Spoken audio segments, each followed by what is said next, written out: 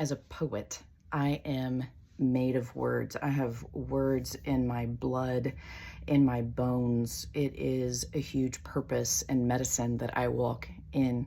And as a poet made of words, oftentimes there are so many words that it is potently overwhelming.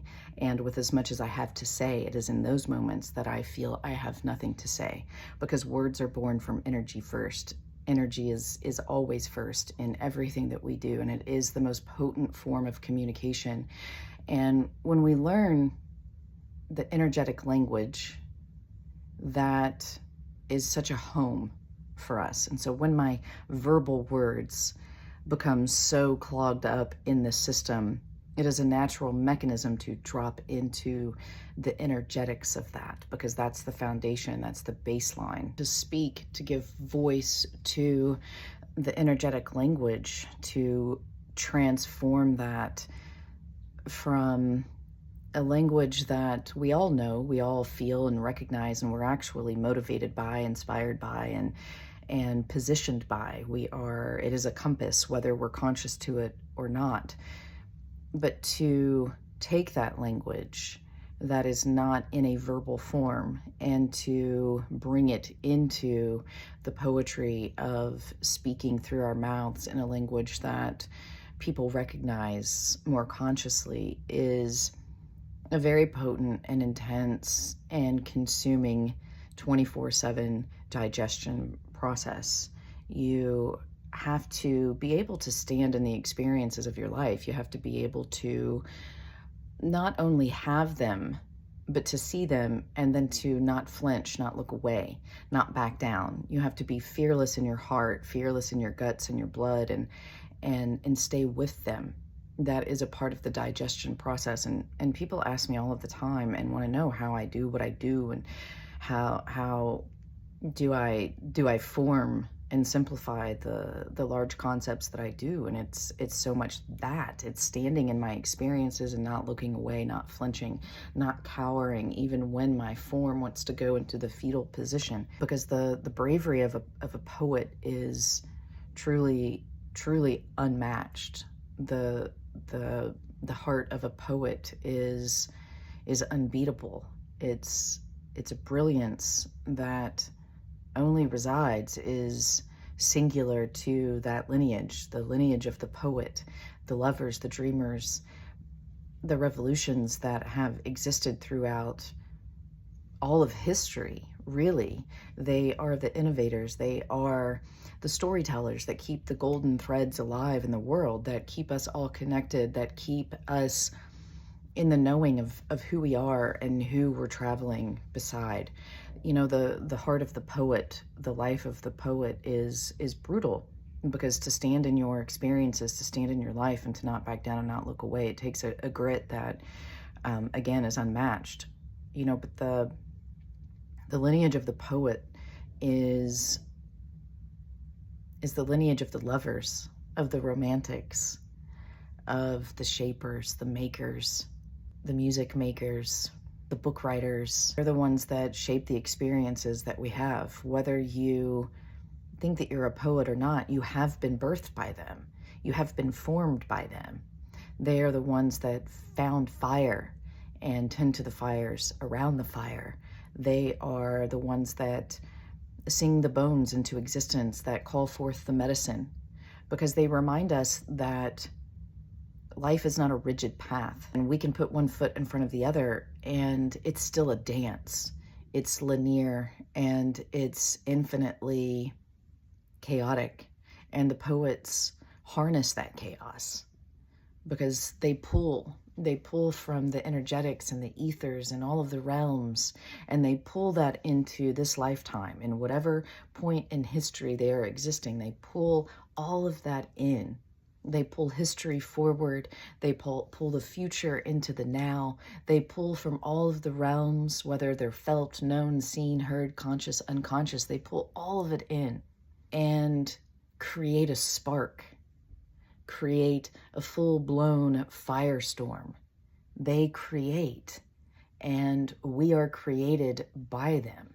And to consciously walk that path is to be forever changed in each moment. It is to not conform.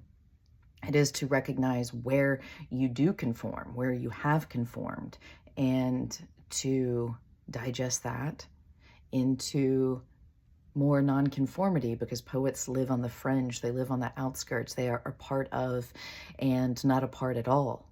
They are the named and the nameless. They are the known and the forever unknown, because they're uncatchable.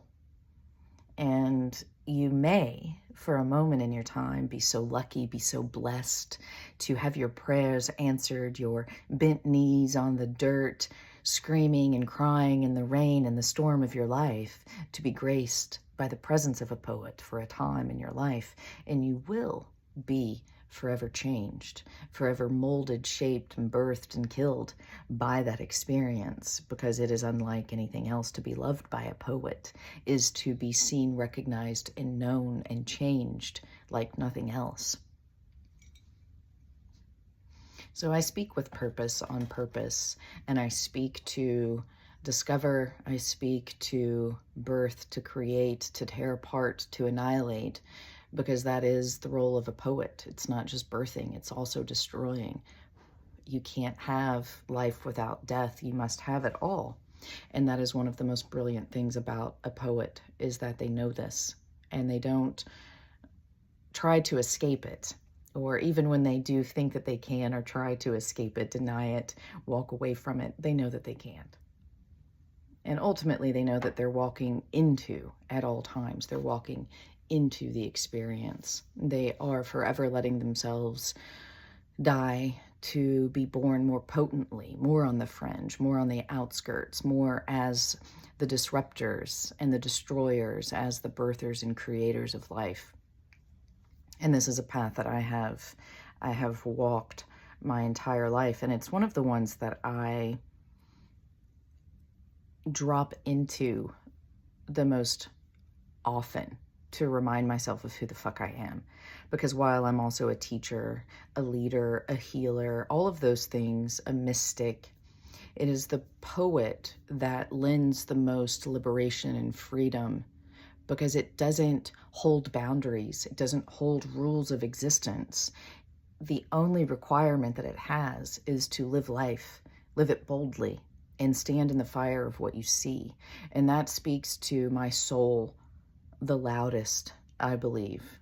You know, I love being a healer and a teacher, and yet there are perpetual lines and boundaries and borders that are constantly being annihilated, seen, recognized, heard, felt, and then destroyed. And that's powerful and potent work, and it's very necessary, because it helps us to map shame and the grooming of who we've told we're allowed to be, and who we've taken on as our own limitation, what we've taken on as our own limitation. And so the poet is this permission to live wide open, to be art. And art has no rules. It has no contingency plans to escape when it gets too hard. It says when it gets hard, you go in harder. You go in more boldly. And I live for that shit. I live for that shit. Again, it just, my soul takes a breath, a full breath, can breathe out, can breathe in fully, where the other archetypes that I walk in sometimes cause a hitch in my breath. And I pause with that hitch, and I map what is in there and what it is made of, and who's been in there telling me that I can't do and be certain ways and things and express, because there will be a punishment, and there have been punishments. And so it's powerful work too. It's potent work also to look at where we've been convinced that we will be punished, because we have been punished, and we've been punished in very devastating ways. And I have been punished in very devastating ways in my life. But the poet takes that punishment and makes magic with it, makes art with it, births lineages with it. And it's such a through line as the mother of shadow walkers. She is the poet, and she is the mystic, and she's many things. many, many, many things. But in her heart, in her soul, in her energy body, she is the poet singing the bones around the fire with no rules, no boundaries. She is ferocious and intense and engaging. She is who you want to be around and be changed by, and you will fight her and love her and welcome her in and reject her. And still at the end of the day, you will adore her. And I love that archetype that I am. And sometimes she is exhausting in the sense of walking in this physical form in this lifetime, carrying such an old energy body. It is, you know, all of the archetypes that I carry are the named and the nameless and the known and unknown. And so that is it's a weird place to be, right? It's rare to be understood fully in a way that satisfies me. And it happens. It has happened with the very rare person who is as old as I am, or who makes the fires and tends to the fires themselves, and who goes into the experiences and doesn't look away. It does take that type of a person to witness the ancient within me. Ancient meets ancient, and the heads are bowed and the nods of recognition are given and the celebration is taken. And then the harsh fucking journey is engaged with. And there's so much beauty in that. And that is something that people don't want to truly, fully recognize and understand about the path, is there's no avoidance of violence. There's no avoidance of pain, brutality, harshness. They want to close the door to that. They don't want to stand in the fire of that pain and let it see where it is changing them and let it themselves be changed by it. You know, especially in pop culture, spirituality, and healing, it's very much about building walls. It's about blame and projection, deflection. It's about feeling sorry for oneself and the path one has been given or what has happened at them. You know, people don't want to apply the poet archetype to themselves and their lives within whatever you want to call it, healing, living, learning how to be the embodiment of one's largest self, most expansive, potent, intense self. It is one of the things that people want to turn away from. And I've seen people go into it. And there's always a line that people have where they begin to stop. They begin to stick and they begin to stop, and then they begin to deflect and project and turn away from, and they walk themselves back to an origin point to begin again, all over again, because they want to reject the harshness. They want to reject the death of life. They only want to be in the good, the living, the peaceful, you know, this whole addiction to finding peace in one's life. Peace is great, I guess. You don't get into peace without reconciling conflict and understanding that conflict will be ever present in your life. And it doesn't mean that you haven't learned a lesson. It doesn't mean that you're doing wrong, because there's this whole, in the deflection and the projection, there's wanting to turn away from the doing wrong. And it's like, you have to turn into everything. You have to turn towards everything. Turning away from is only going to prolong suffering. And suffering truly is a choice. People choose to suffer. It gives them meaning, gives them purpose in their lives.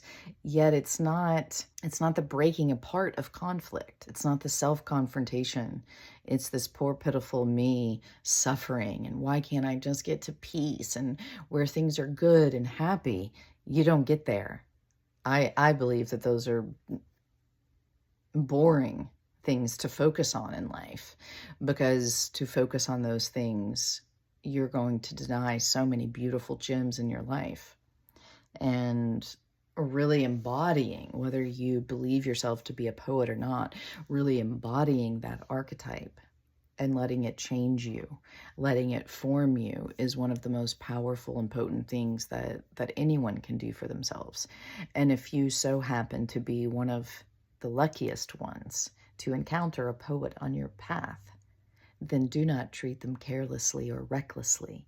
Let them in, for they will change you and birth you and kill you in ways that you could never imagine, that will expand your soul and set it on fire in ways that will make you feel more alive, that you forget about your addiction to peace and good and happy, and instead, just maybe, you will choose a life lived in the whole spectrum that is available to you.